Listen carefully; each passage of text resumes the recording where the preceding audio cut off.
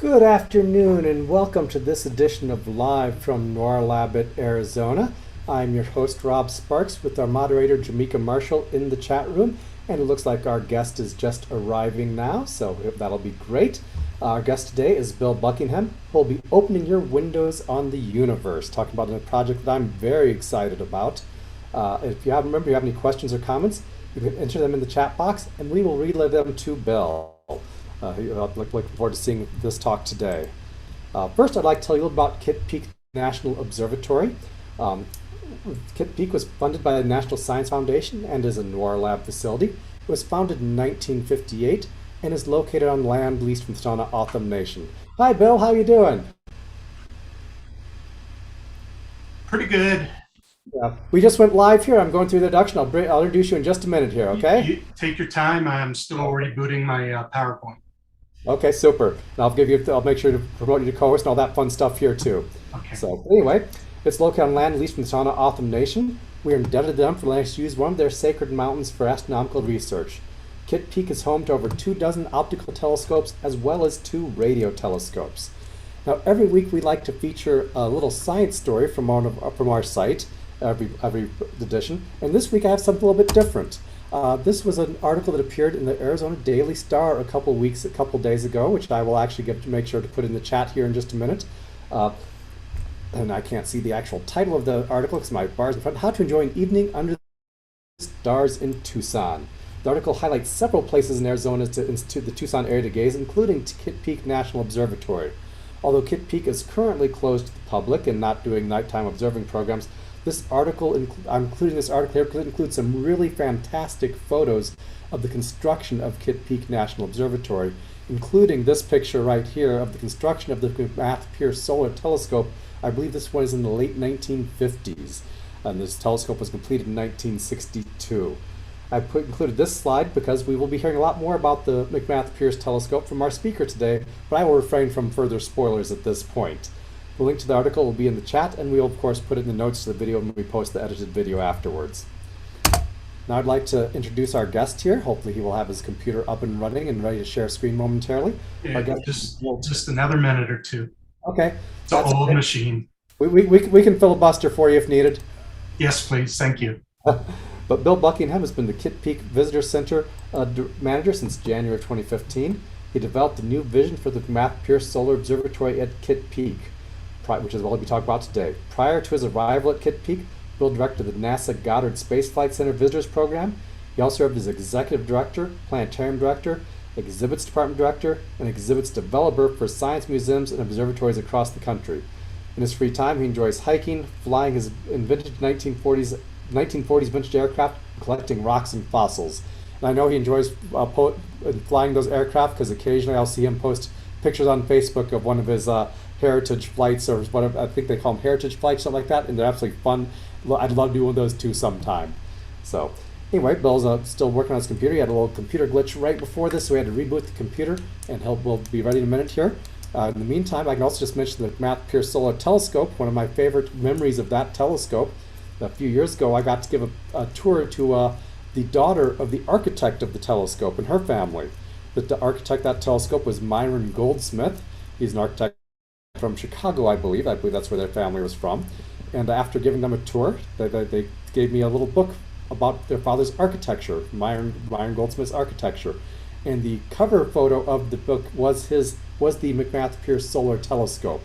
And that was a very special moment to see that was sort of the work that sort of they chose to put on the book about his life and career. So it's definitely considered one of the most influential works of his entire architectural career. And of course, in the book, they have this wonderful spread of the telescope and about 10 pages of pictures from the McMath-Pierce and some very vintage construction photos, similar to the one I just showed you.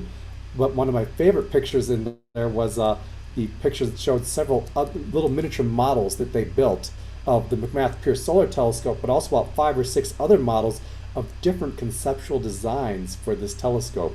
And that was just fascinating to see the other designs that might have been. So if you want to Google Myron Goldsmith, he was the architect of the McMath-Pierce Solar Telescope. Hey Rob, looks like my slides are working. Okay, super. You should have power to share screen. I will stop sharing, and then you should be able to share screen and begin. So I'll turn over to Bill at this point. Okay, thank you very much. Apologies to everyone for the home office technology issue. Let me bring up the presentation.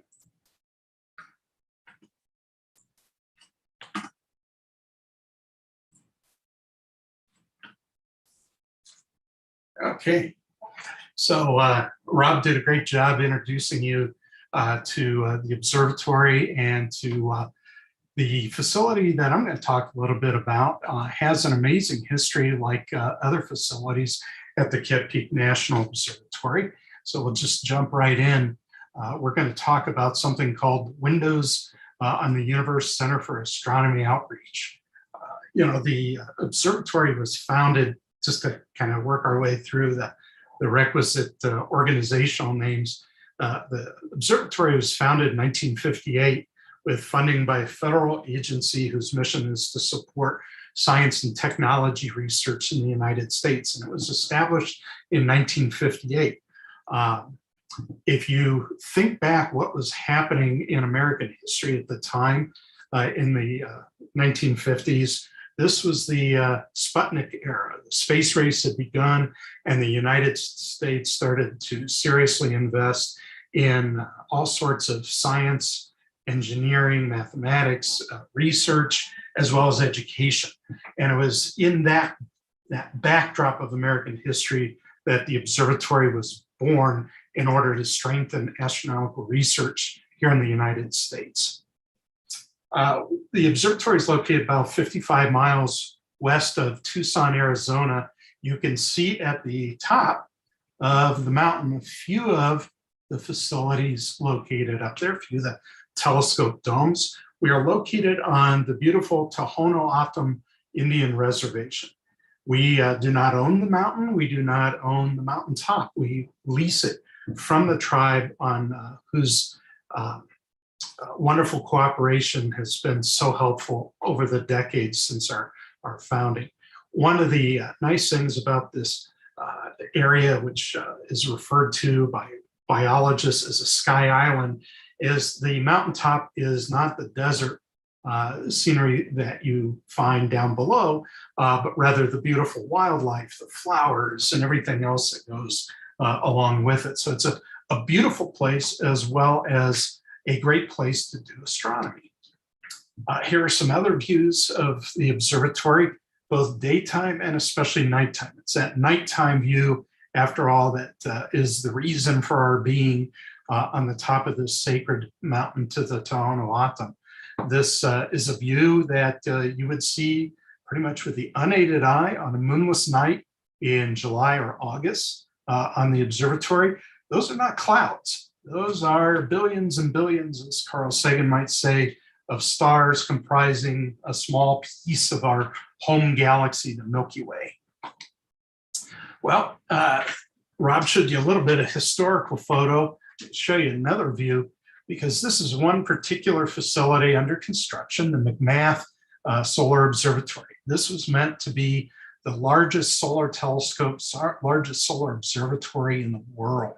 And that facility held that title for a number of decades. Here you can see construction both above ground and, most importantly, for our project, below ground, tunneling down into the mountaintop. When they were done with the facility, and it was inaugurated in November 1962, these are some views. The architecture of this facility is just grand. When you're looking at other views of the observatory, this stands out. There are no other structures on the mountaintop that have this kind of architecture. One might even imagine this as a cousin to the Guggenheim or the Getty or some other art museum, rather than an astronomical research observatory. So for scale, you can see near the bottom of the picture, a group of visitors. Another way of thinking of the size of this massive object is it's about 10 stories tall, a little more than 10 stories tall to the top here.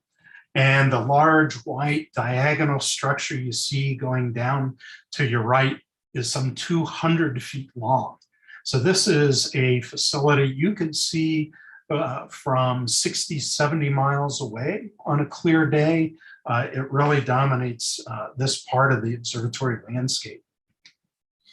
So as much as you see above ground, there's actually far more below ground, much like an iceberg, where you're only seeing a small fraction of that lump of ice floating in the ocean.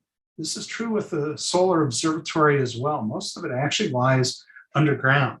And you can see the rest of what we call the optical tunnel. It burrows down another 300 feet down at angle. This area here goes 7 stories further deep below the main level of the observatory. So this is a colossus by any stretch of the imagination. This drawing and this photo are to scale. So this is the portion you see above, and this is all that's down below. Our very exciting project is going to take place right in this area here, near the very center of the facility, underground.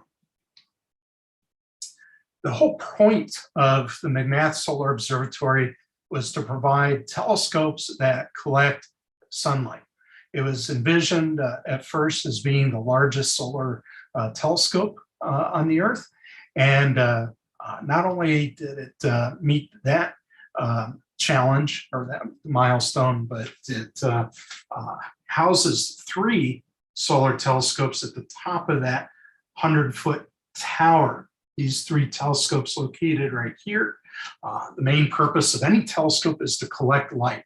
And within this big long tower, you can see some interior views of the guts of the optical tunnel, some 500 feet long, are other mirrors. And the whole point of all these mirrors is to collect sunlight and direct it into a control room where the object you're looking at can be studied, it can be photographed, it can be measured in a variety of ways. The light can be broken into a spectrum. You want to think about a rainbow in order to really discover all sorts of secrets of nature.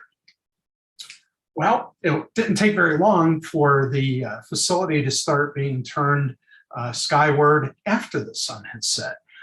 The McMath was used for a variety of studies of Mars, some of the moons of the other planets, moons of Jupiter, the inner planet Mercury, our own moon, and a number of other things in the nighttime sky, as well as lots of stars, in particular stars that were most similar to our sun.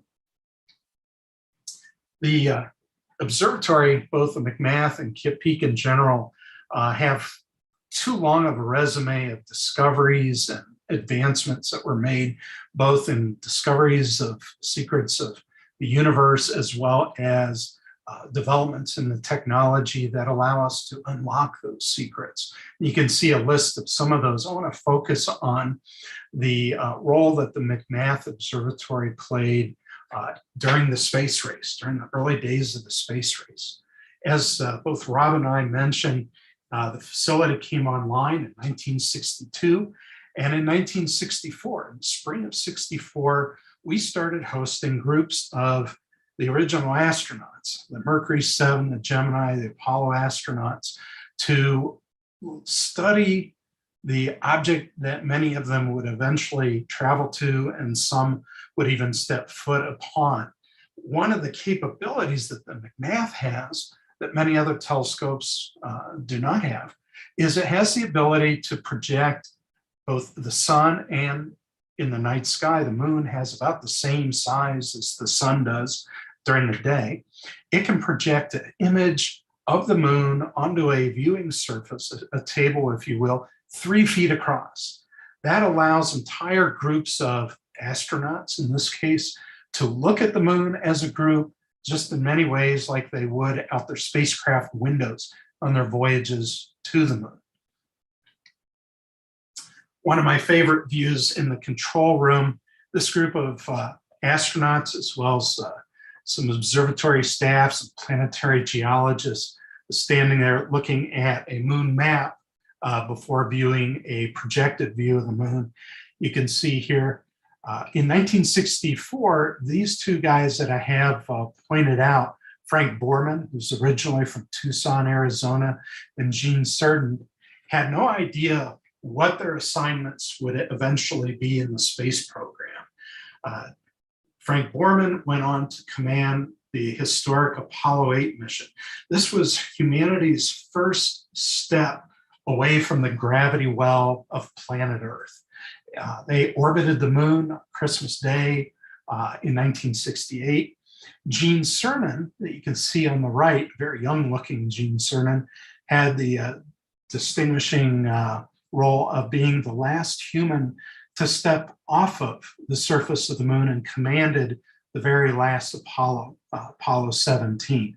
And like I said, when this photo was taken inside the McMath, these two gentlemen had no idea what their futures would be in the space program.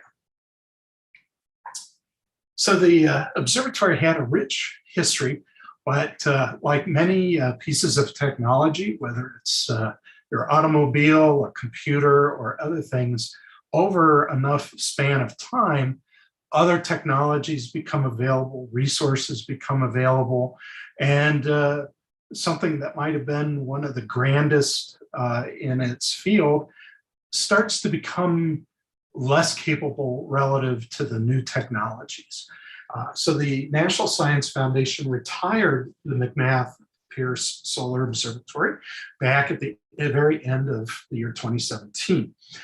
It's been succeeded by a much larger, more capable, fantastic solar observatory located on the island of Maui. And certainly we could spend a lot of time talking about its amazing features, but I want to go back to the McMath-Pierce. Well, as I mentioned, the McMath was retired, so it was facing a unknown fate, mothballing at the least, and perhaps even being torn down, which in many of our eyes would have been a shame given the rich heritage, the unique architecture, the engineering, the discoveries made there. It really has become an icon of Southern Arizona, and as I said earlier, visible for a great many miles. So we developed an idea to take advantage of the enormous amount of square footage of space that lies below ground, the three big solar telescopes on top of that tower, and give it a new mission. Give the facility the capability of telling a more global story of modern day research and astronomy, and also reach a global audience, something that the Kitt Peak Visitor Center has not been able to do in the past, will soon have the capability to do in the near future.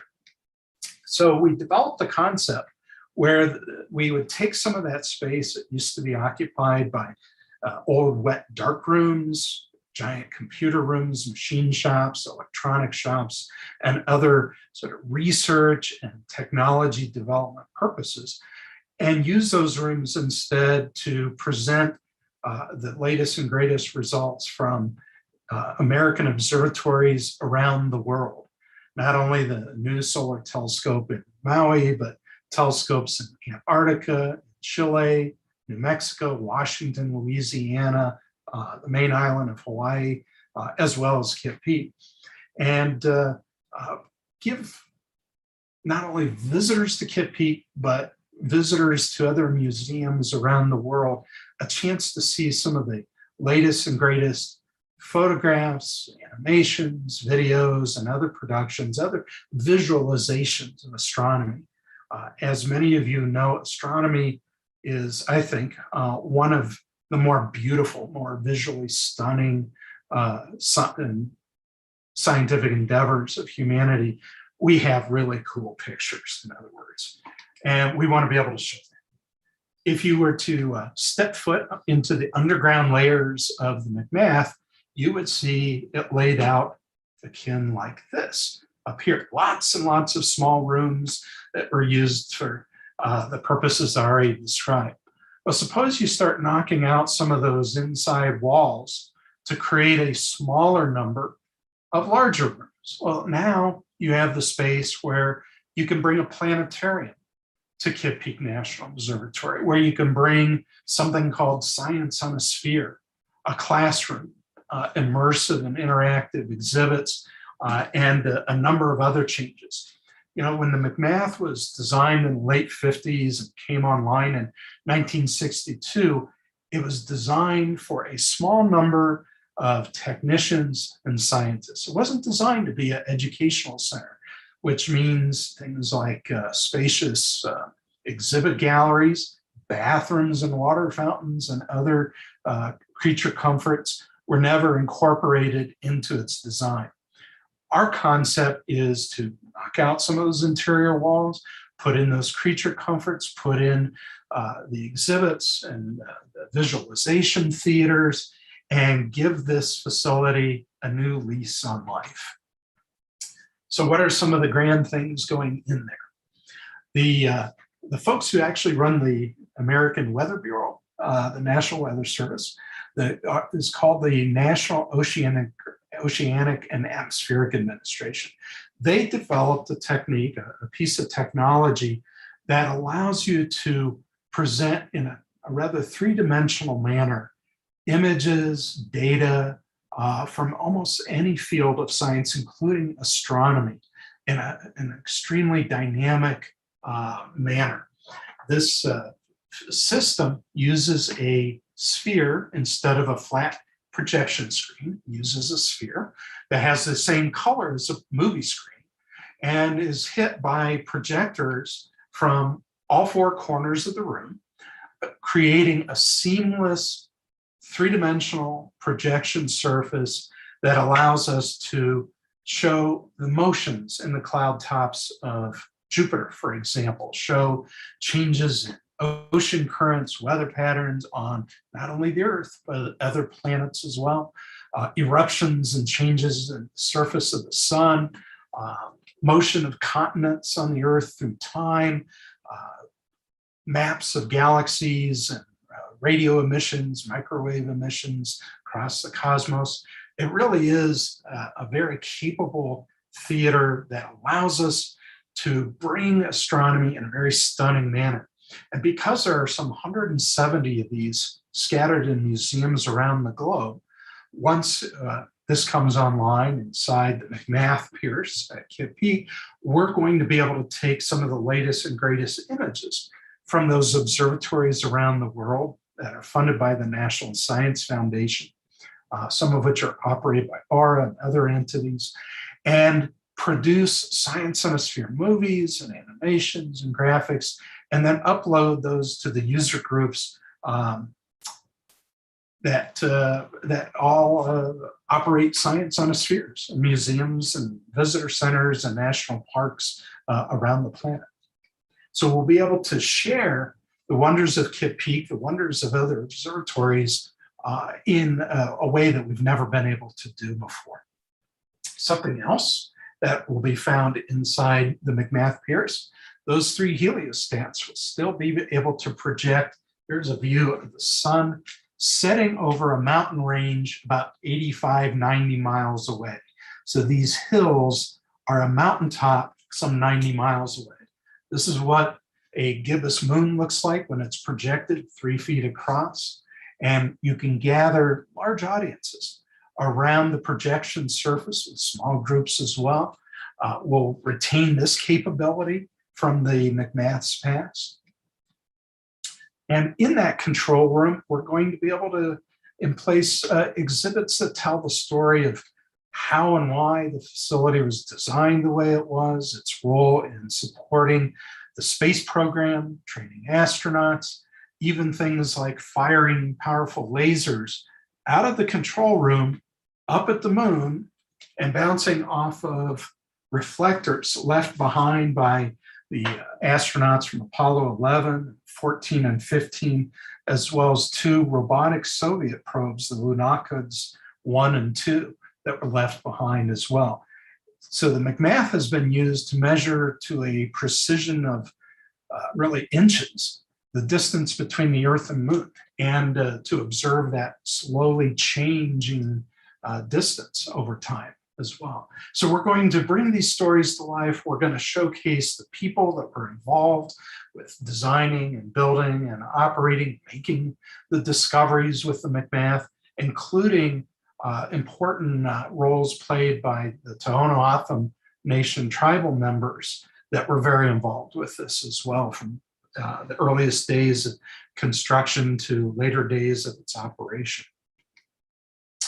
One of the things we wanted, yes.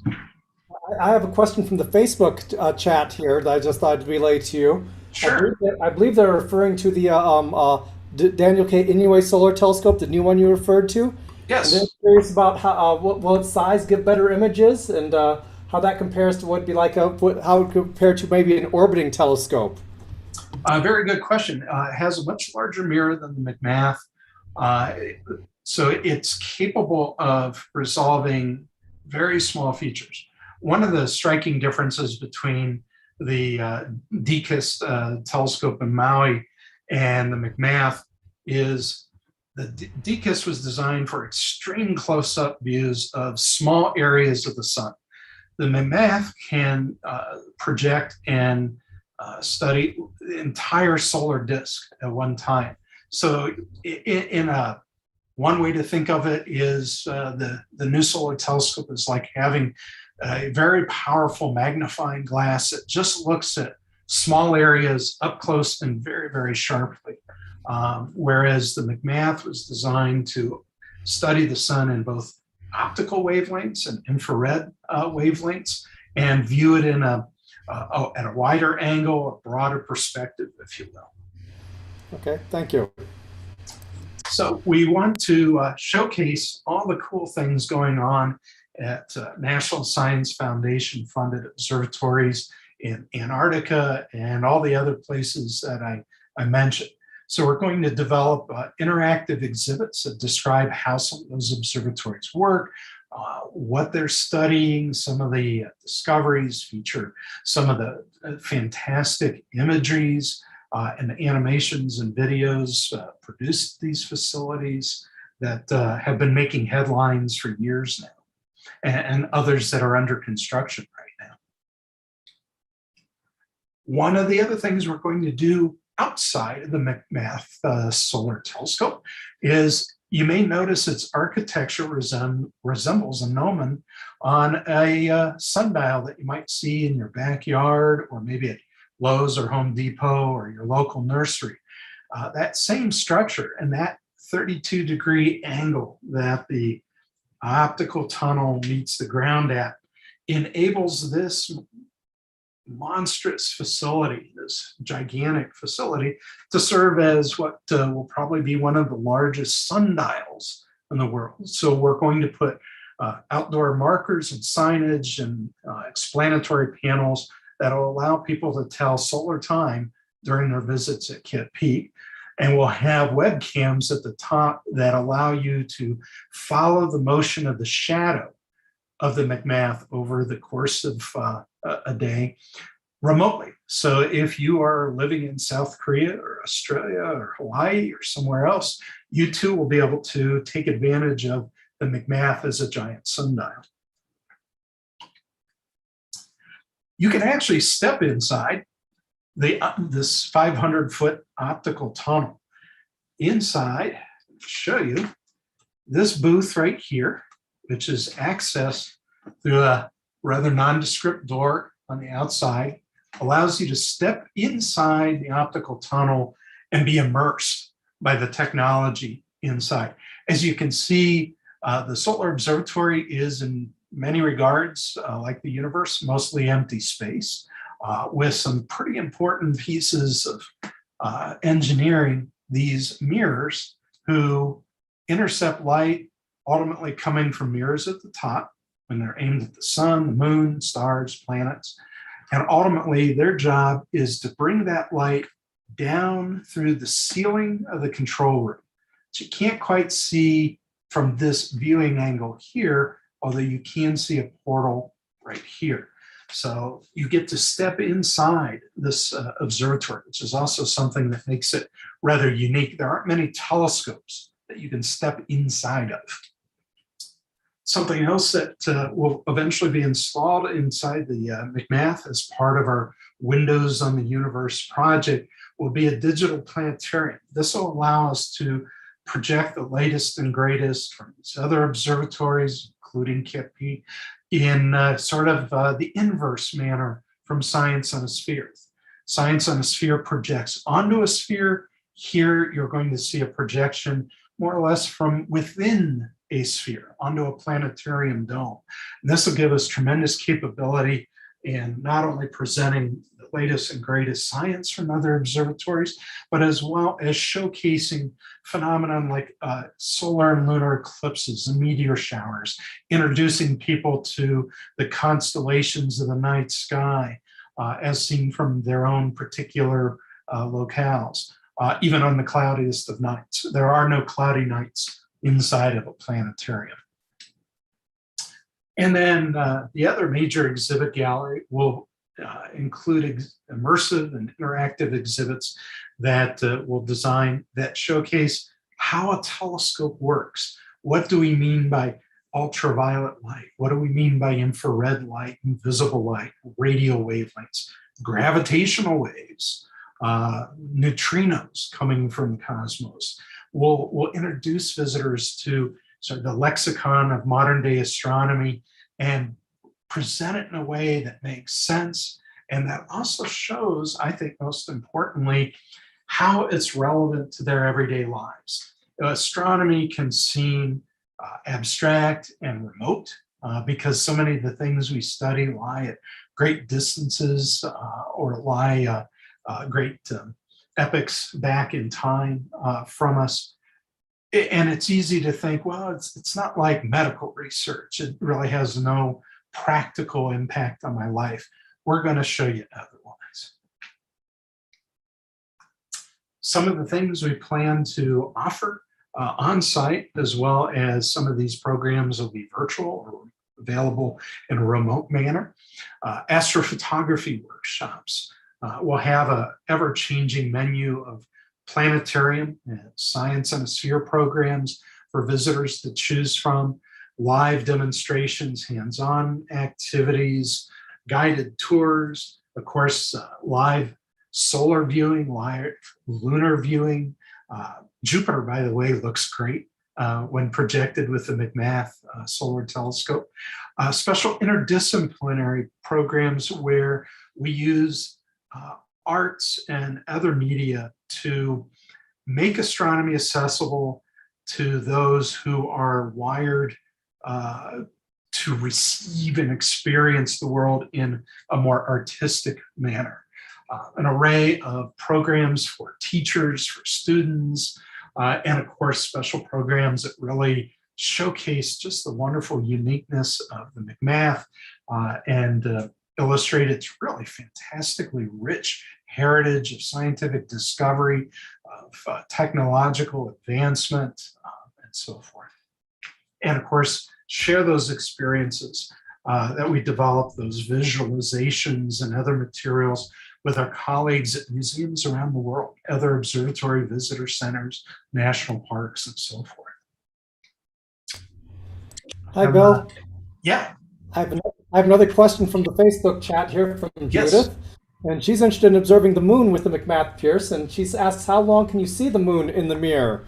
Now, I know the telescope tracks, so you might be able to talk about the tracking system on that Sure. telescope. It is interesting. Located at the top of that tower, where those mirrors are located, are enormous heavy-duty mounts with motors that once you aim one of those mirrors at the sun, or in this case, the moon, it follows it for as long, pretty much the whole time that it's above the horizon. We can actually catch the moon right as it's rising over mountains located east of Kitt Peak, follow it all night long, and actually view it as it sets in mountains located 90 or 100 miles to the west of Kitt Peak. So the answer is we can observe for the whole time that it is visible up in the sky. And that goes for the sun as well, and any other astronomical object that we want to observe with this kind of a telescope. Excellent question.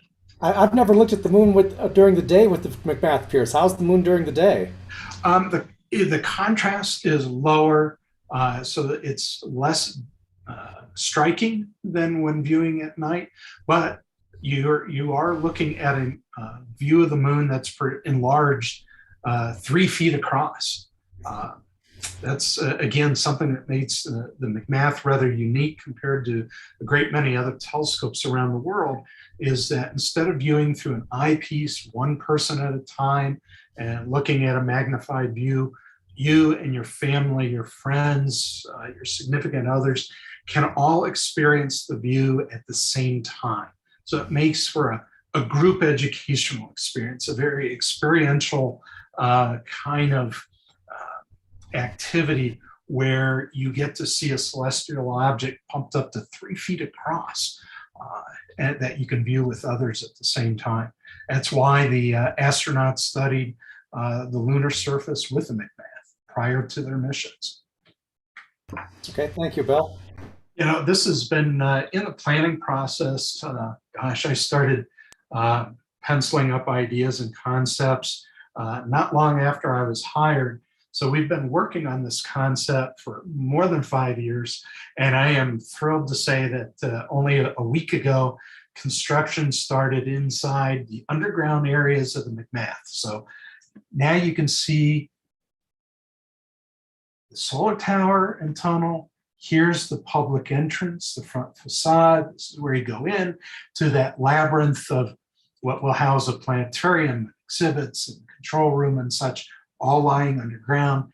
The first swings of the hammer took place last week. So this is now becoming real. This is no longer concept or pipe dream. This is being built as we speak. We hope that the transformation of the facility will finish by about the end of this calendar year. We'll be developing the new programs, the exhibits, the theaters, and doing other alterations throughout most of next year, with public opening anticipated near the end of 2022 or perhaps very early 2023. As we've all experienced recently, COVID can impact timetables for all sorts of things. And as everybody viewing this program is probably aware, COVID has not gone away. So we have to allow for the fact that it could impact our planned timeline, but this gives you an idea of what we're looking at. Give or take about 18 months for public opening. And with that, I'm happy to take any other questions you might have about this project. And thank you so much for joining us today. Well, thank you very much, Bill. I'm going to just ask a question for my personal interest on the telescope here, while hopefully people on YouTube and Facebook can type in their questions as well. But I'm curious. I know that one of my favorite parts of McMath-Pierce has always been the control room with all the old analog dials that show where the telescope's pointing and that sort of thing, and the old analog controls. So I'm curious what type of upgrades are doing on the control system for the telescope, if any, for this project. Sure.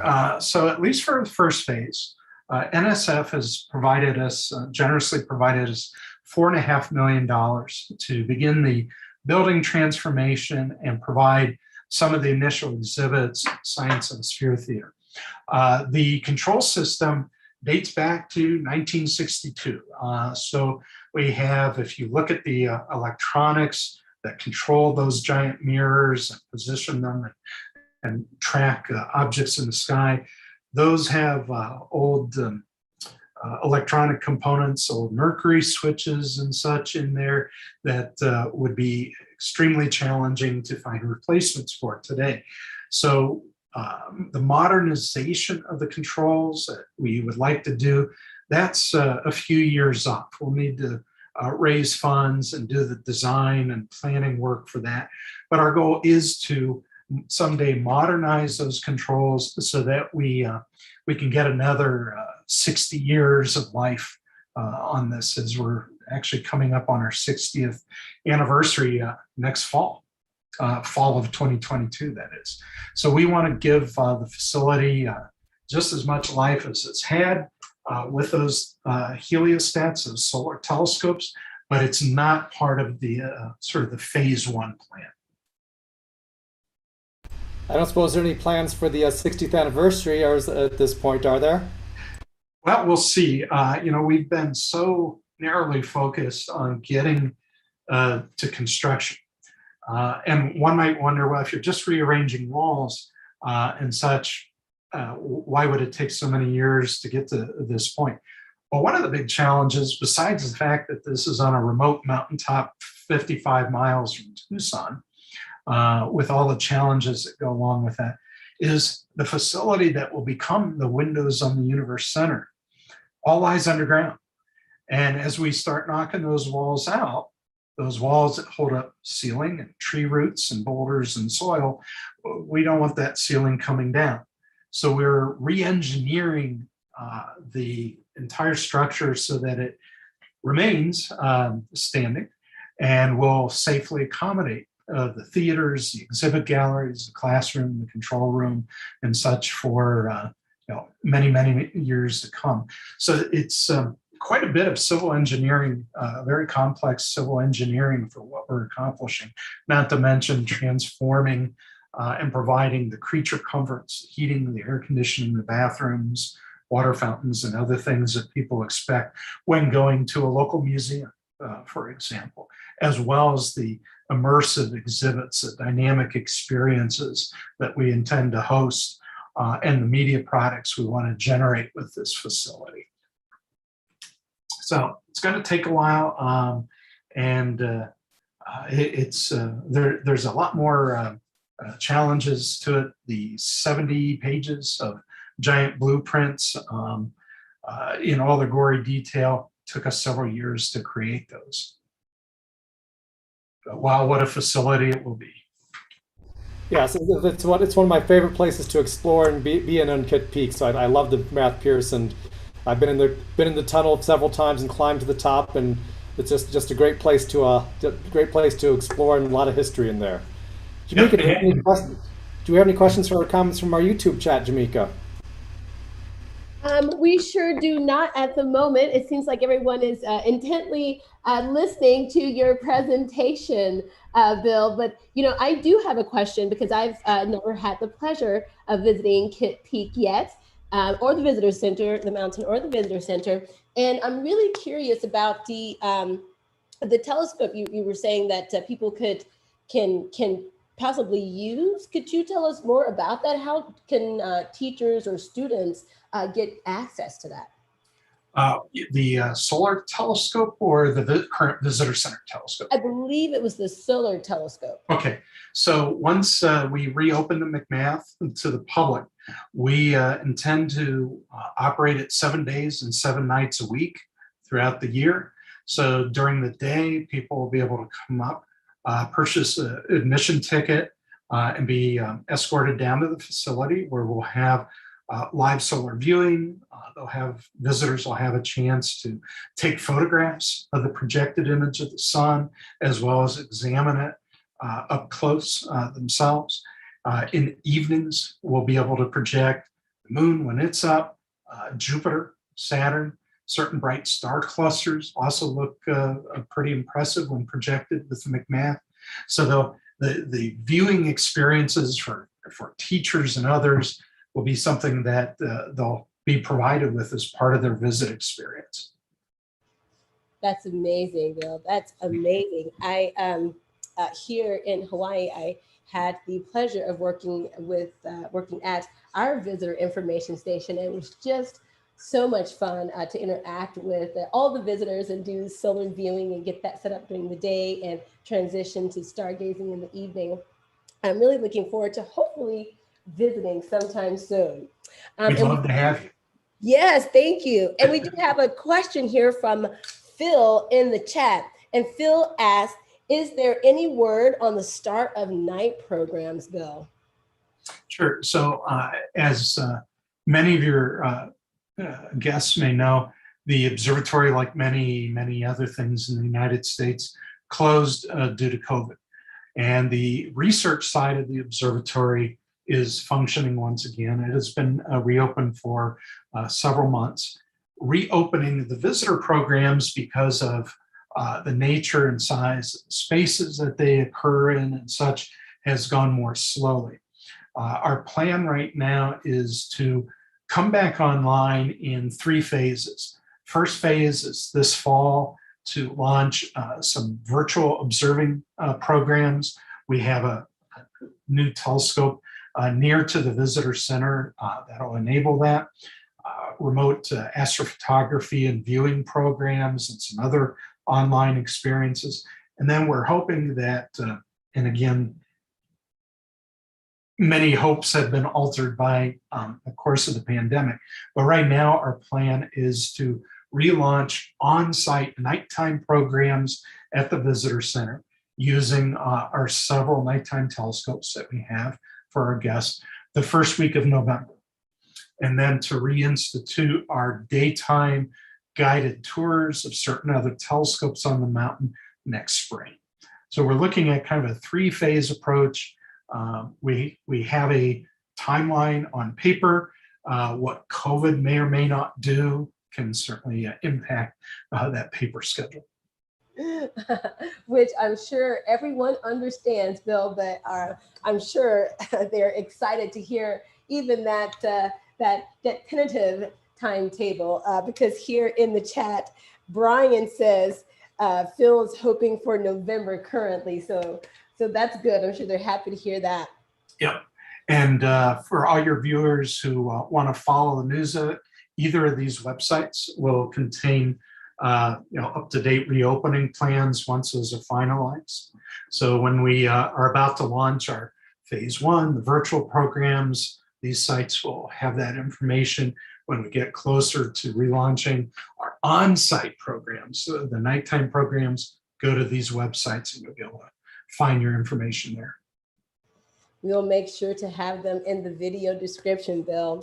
Okay, so Liz Fleming has 2 questions. First question for you, Bill, is how effective has your virtual access, I assume virtual programming, for your community to Kitt Peak been since COVID-19?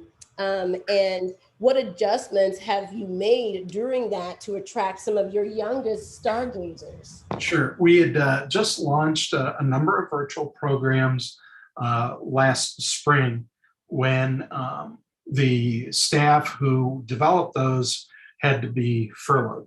One of the challenges of operating the Kitt Peak Visitor Center is that we're not funded by the federal government. We're at a federal facility, but the National Science Foundation does not fund the operation of the visitor center. We have to fund it through admission tickets, gift shop sales, charitable donations and such.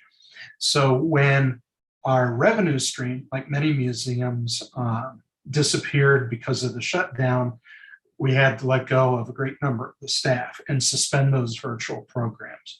Some restart money has become available that will allow us to bring a subset of those staff back so that we can launch those virtual programs and eventually launch the on-site programs as well. So it's, this is a challenge that a number of museums that are not publicly funded faced during COVID. We were certainly not alone in having to suspend all sorts of operations because of the dried up revenue streams. We certainly understand that, Bill, and it's really good to hear that some monies have now become available to restart at least some of that. So as you said, we'll make sure to direct anyone who comes back to the recording to those websites so that they can see when those programs become available as well, Bill. Thank you so much. Back to you, Rob.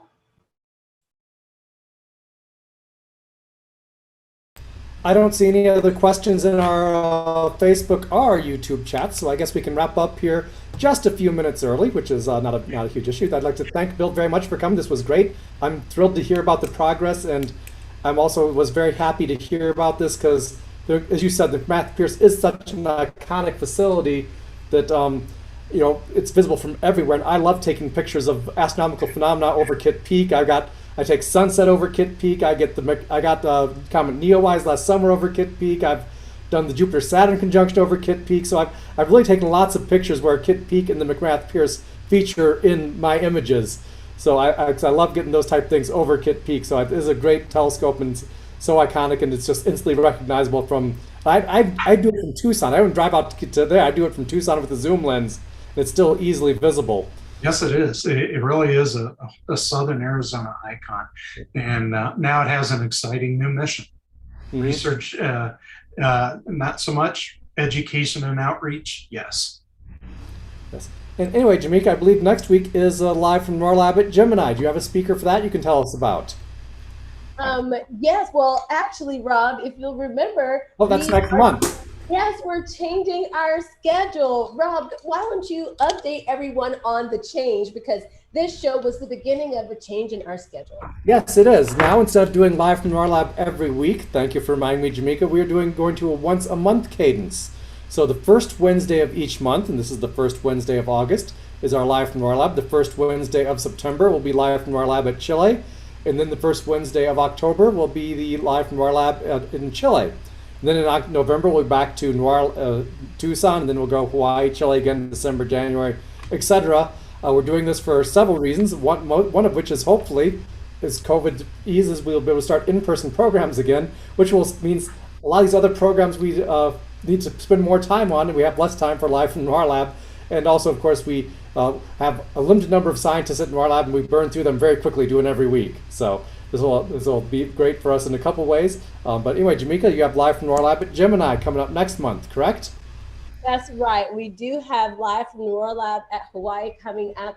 And we do have a guest, John Blakesley. And so in the meantime, since we do have almost a full month until then, please make sure you stay tuned to our social media channels for updates on exactly what that topic is going to be, so that you can join us again in September, the first week of Wednesday here on Live from NOIRLab.